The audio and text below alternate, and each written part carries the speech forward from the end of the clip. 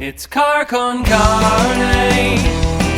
Let's eat in the car. It's car con carne.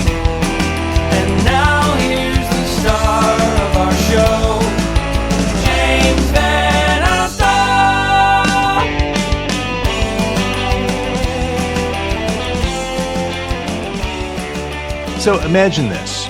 After a night out, you pull into your driveway. The garage light comes on. You open the door to the mudroom. Mudrooms are great. The light there comes on.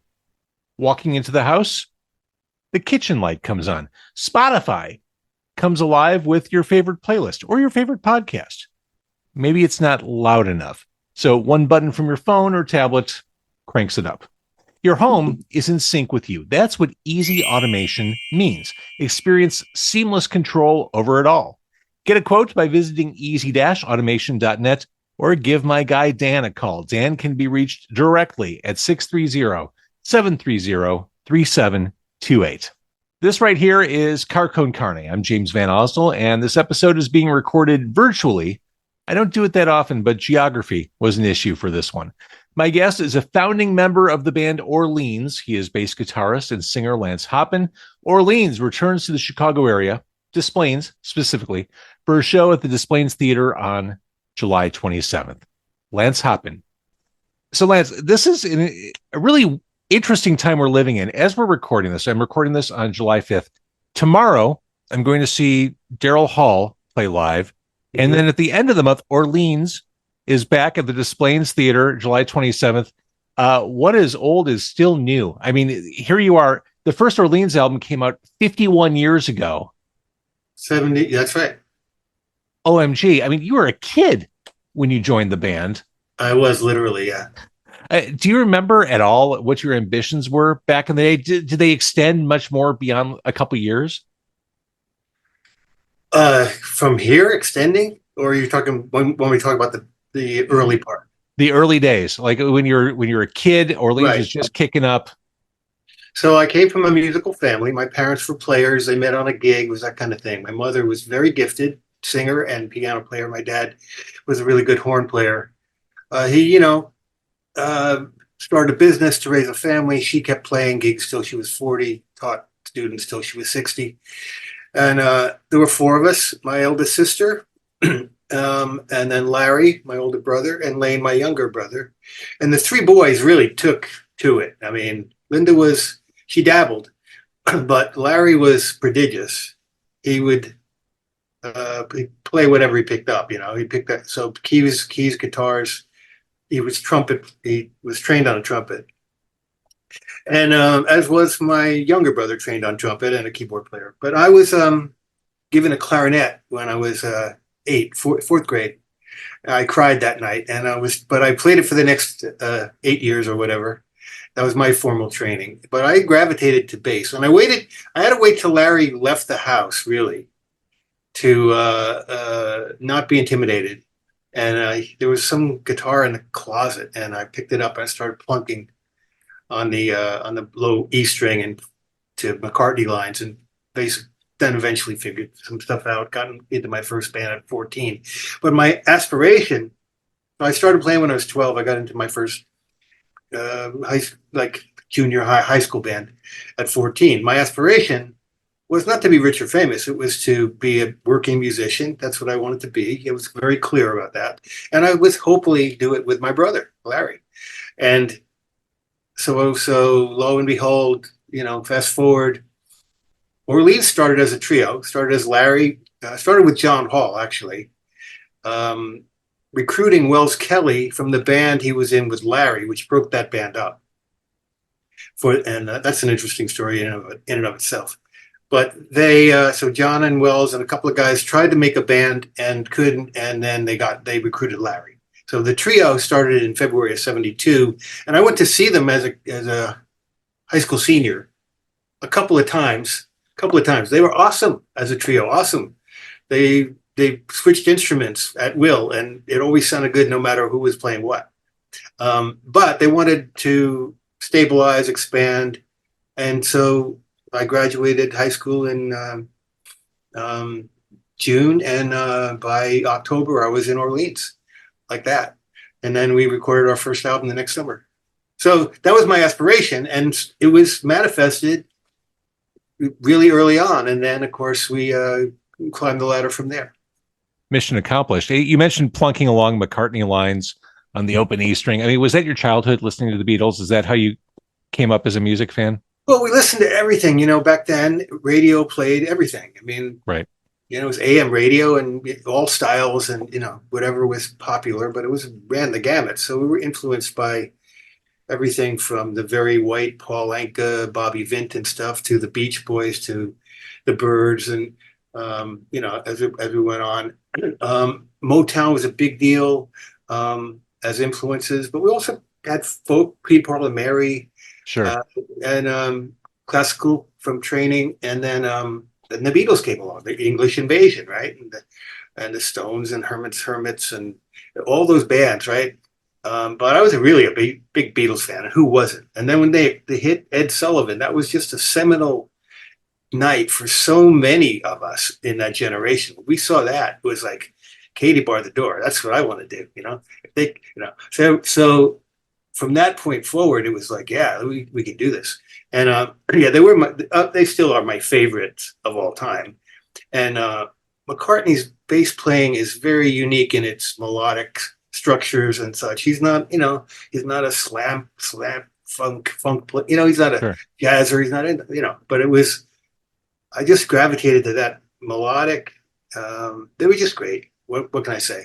And he was a big influence, and they were a big influence. So that's kind of core, but there are so many other elements that fed into my style, and also, playing in high school in the band I was in. We had four. I was in the concert band. We had 4 horn players from the concert band and a 5-piece rhythm section, and we would do the hits of the day, a lot of soul music, a lot of Chicago, that kind of thing.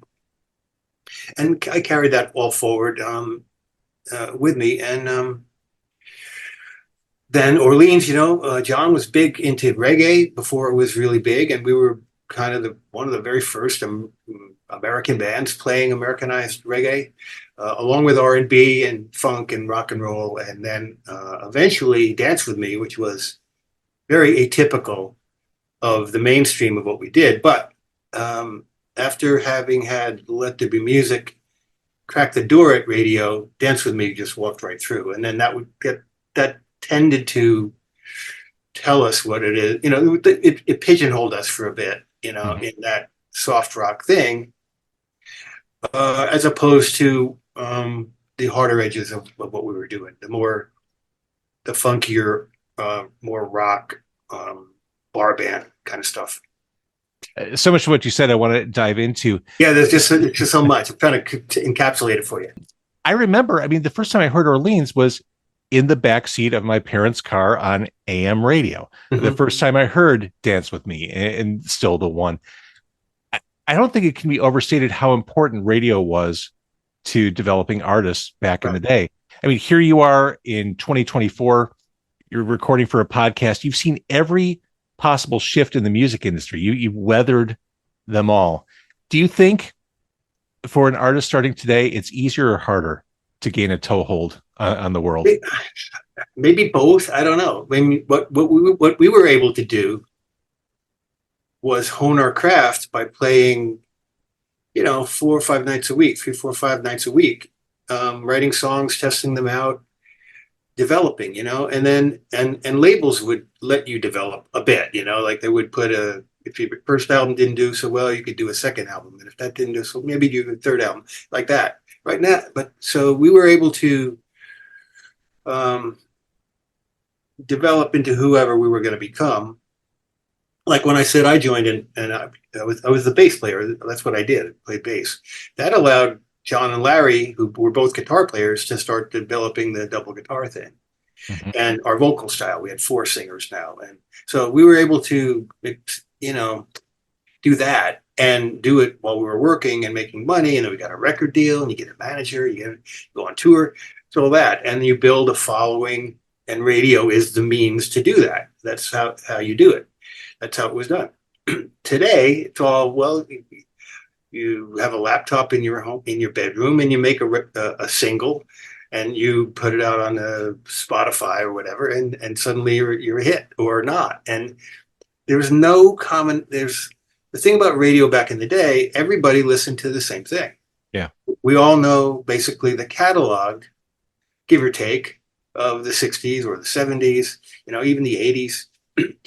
But then with the internet, everything's sliced and diced. It's factionalized, and there are huge stars. I know nothing about them. I don't know. I mean, I know their names maybe, but I have never heard anything they did, or I never put together that song with that artist, because there's nothing, unless you're into that genre, there's nothing connecting the stuff. So I think to answer your question, you can probably, if you're good at social media, if you have a really hit sound or something, or you're different or unique, you're cutting edge. The Billie Eilishes, that kind, they come out of the woodwork. Mm-hmm. Like Tracy Chapman came out of the woodwork, but that was, again, it was radio and it was different. So it's hard to say. What you can't do these days, I don't think, you can't like make a living playing gigs, and then like hit radio. That's not how it's done. It's like the opposite way. I think it started with like Dave Matthews, where he had developed like 20,000 fans or something, and then the record label says, "Okay, that's enough. We'll take you now." Exactly. Right. So it's ass backwards that way. So I don't know if it's easier or harder. It's different. Let's say that. Well, you talked about labels developing bands and growing. I mean, the Orleans experience was not perfect out of the gate. I mean, after the second album, the band got dropped. Right. We made the first album. We got support from college radio and such in the Northeast, and mainstream radio. And it remains a cult favorite of our fan base. The first album, very funky, very raw. We made the second album in the same kind of mold, but the label hated it, and so they dropped us. And ironically, both Let There Be Music and Dance With Me were on that album. But so when we got dropped, we went back to New York City to showcase again and played this week-long gig, and we got picked up by Asylum, by Chuck Puck, and heard us on the last set of the last night, so the legend goes. I think that's true. It's the story I've been telling a long time. But so he not only liked the band, he heard those songs for what they were, and so he acquired the re-recording rights, and we cut them again. And the difference it wasn't a difference in the song; it was a difference in the production, the presentation, and that's where Chuck taught us a lot. So that was the difference there. And so we did the two albums for Asylum. We had Let There Be Music was a minor hit. Dance With Me was a big hit. Still the One was a bigger hit. And then, of course, the band had to break up and then go into the story later on. Hey, my God, the mid-'70s, what a moment for your band, Orleans. Dance With Me, number 6. Still the One, number 5. Love Takes Time, number 11. I mean, on top of the world at that moment. Do you have any memories of those days? Like did things just explode? It was just no time to catch your breath, or were you able to take inventory of what was going on?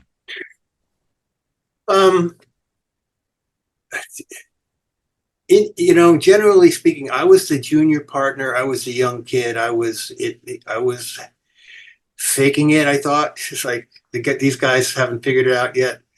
But they were older, they were more accomplished. They had done sessions, they were writers, they had played with this guy and that guy. I was just, the kid who came in at the back door, and they let me in. And as we grew, I was not the lead singer. My voice actually made a difference, but I didn't realize it at the time. But I was just the bass player, you know what I mean? And went and just hung on as we went up. But nobody really noticed me. It was always John and Larry, or maybe Wells, because he was exciting to play. He was a very unique and fantastic drummer.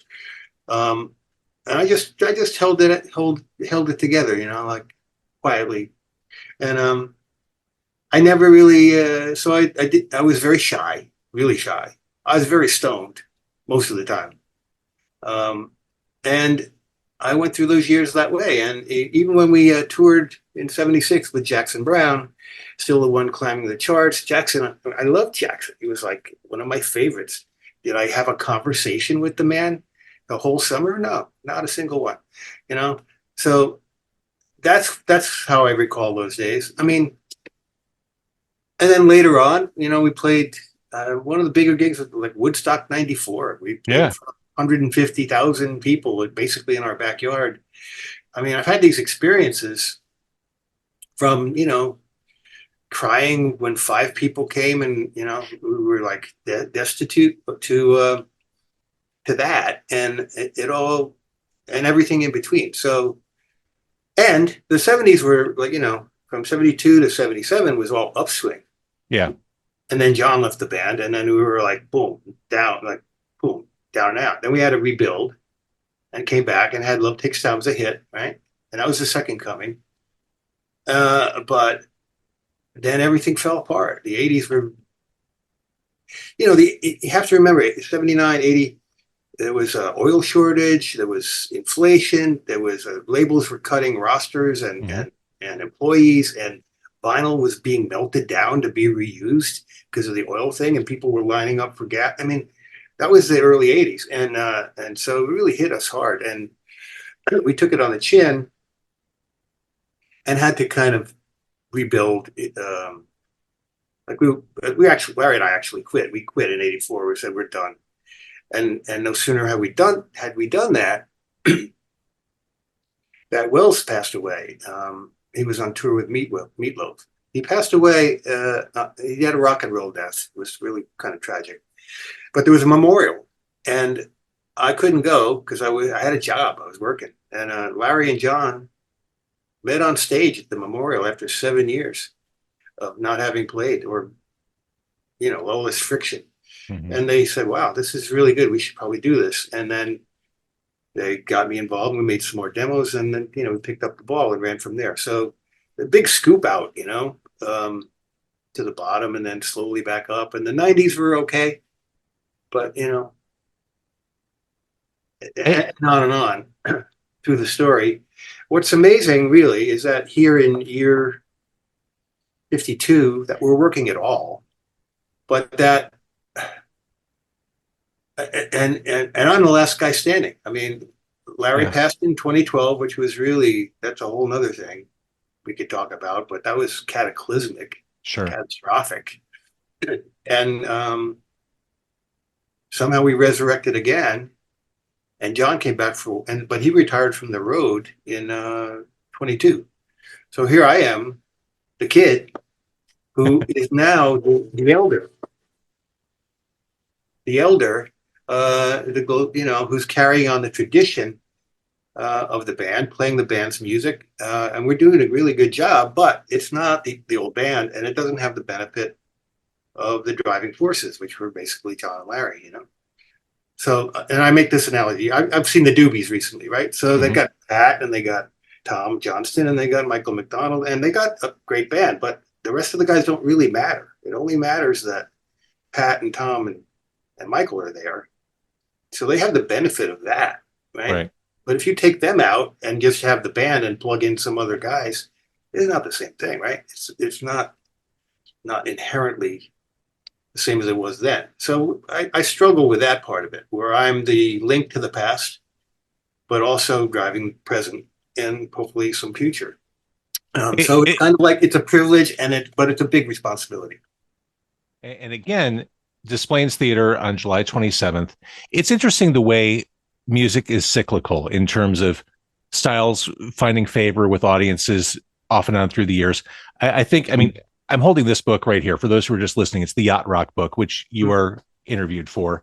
I think there's a real interest in those sounds, those 1970s sounds, those really beautifully produced melodic songs.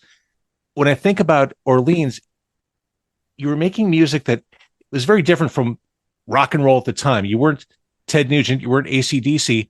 You were singing songs, or the band was performing songs about tenderness and romance and vulnerability. really the antithesis of rock cliches. Part of that was the fact that John's then wife and writing partner, Johanna, was his primary lyricist. Like they wrote together, Mm-hmm. but she was the female. She had that sensibility, and she was very literate. She came from a literate family, right? We came from musical families, right? So there was that element, which is you hear it everywhere in the romantic stuff, but also in the intelligent imagery and such. And then there's the kind of social commentary that John would interject, songs like Cold Spell or Power or It All Comes Back, or I mean, a lot of stuff that, yeah, it was more intelligent, maybe, let's say. It was like higher thought. And there was some dark stuff, but on the whole, the messaging in the lyrics are very optimistic and positive and peace generating and, kumbaya, I mean, like that. In fact, when we do the live show of, 12, 15 songs, whatever, there's only one song that's negative, like is like minor key, slipping away. It's like, I Know Your Love Is Slipping Away. It was from the Forever album, I think.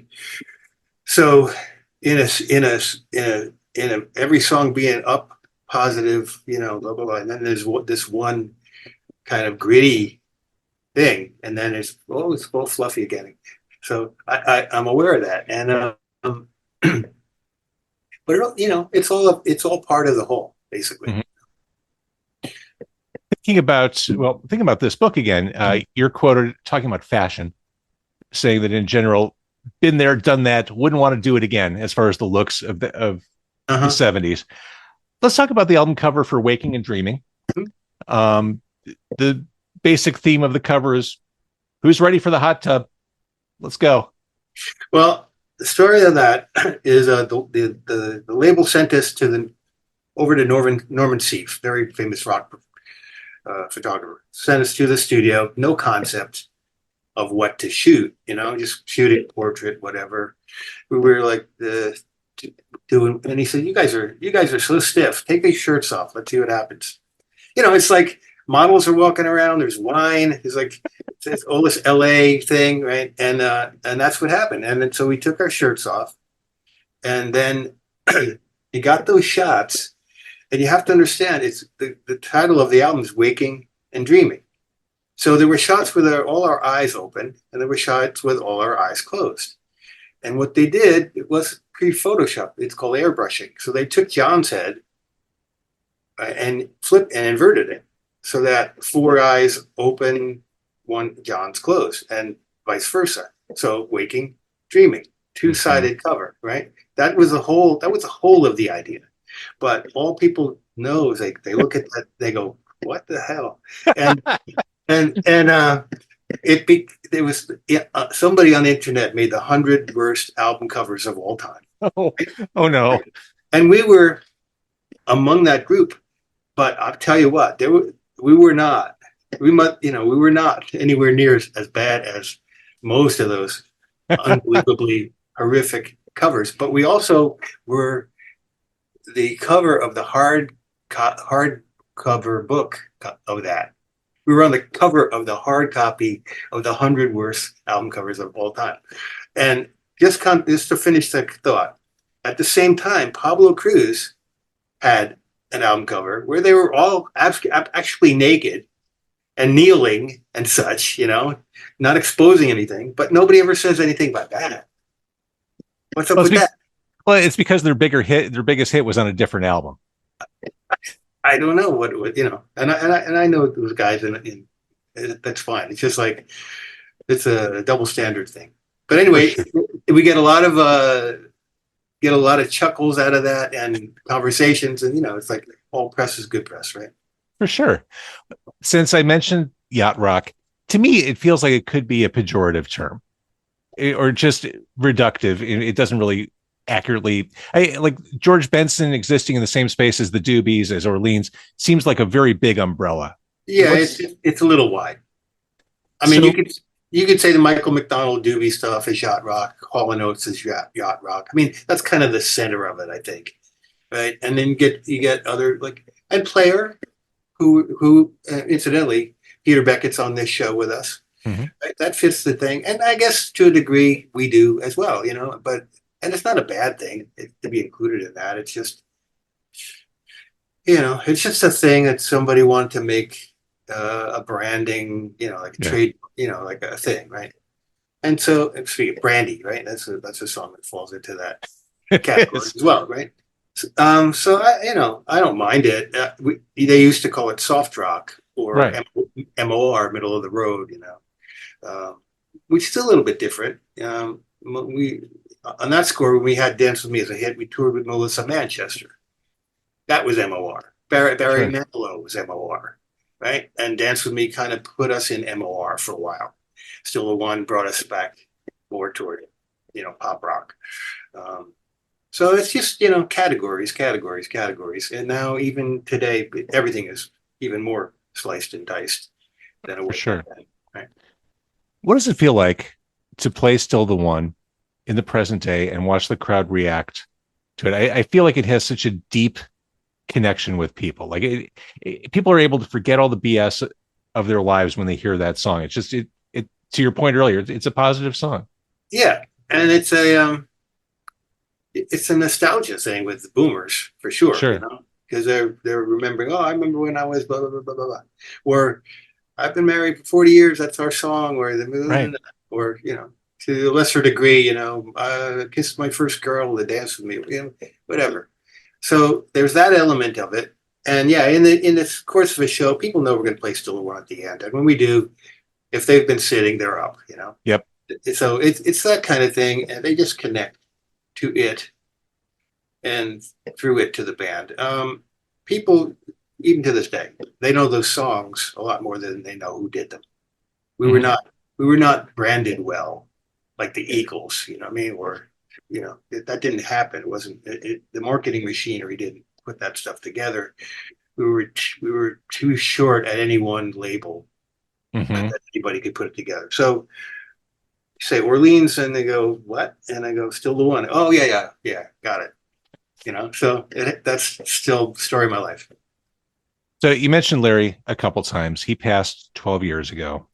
As Hmm. people listen to the music of the band or see you on stage at the Des Plaines Theater on July 27th, what would you like them to know about your brother? There's actually a moment where uh, I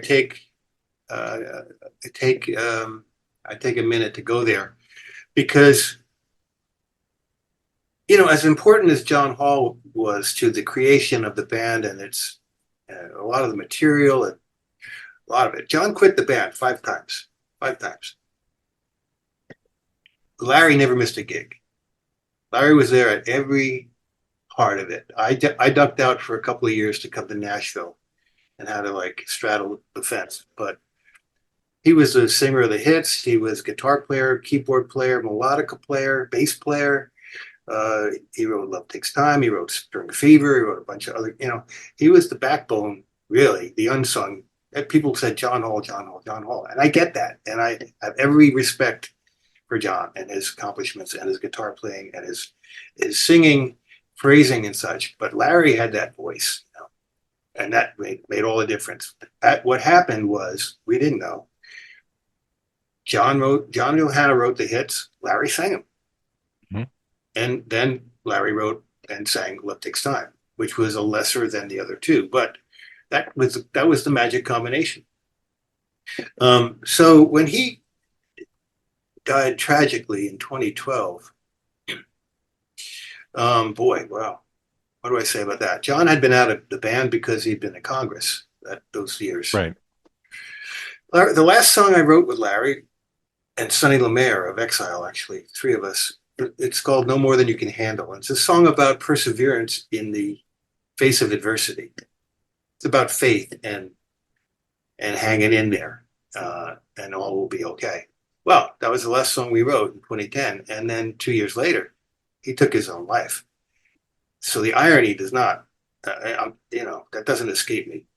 And so I honor everybody who ever came through this band. Has been about 20 of us, 20 of us.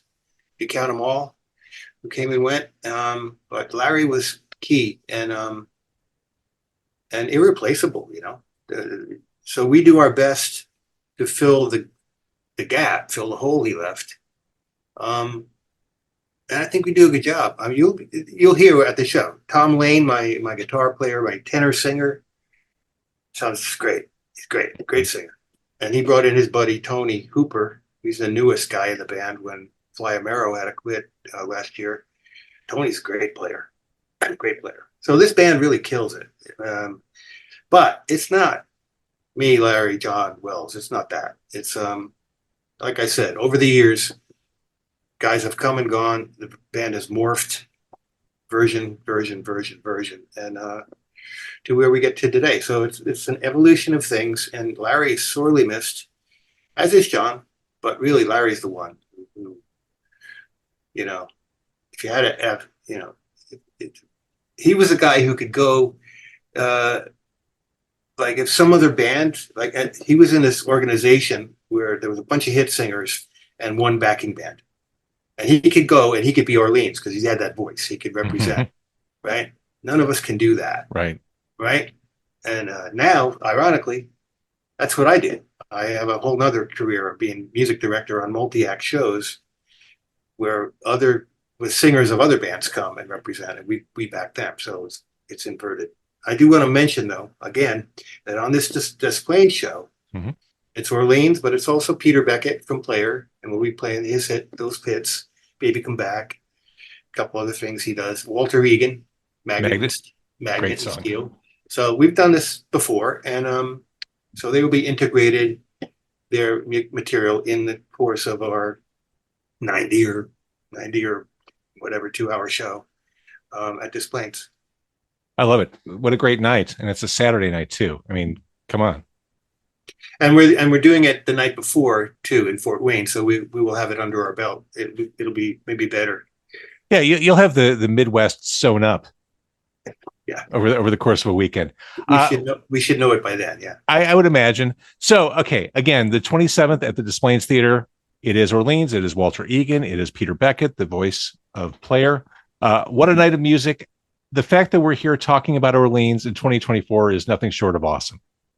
Yeah. I'm very grateful for it to still be being able to work. I'm 70 years old now. I started when I was 18 in this band. So amazing. Imagine that. I mean, that's totally unpredictable and a blessing, and I don't forget that every day.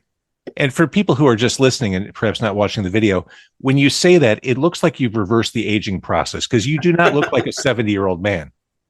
Thank you. Maybe rock and roll keeps you young. Maybe that's the secret. I don't know. Could have been all that pickling early on. You never know. Yeah, vinegar goes a long way. Yeah.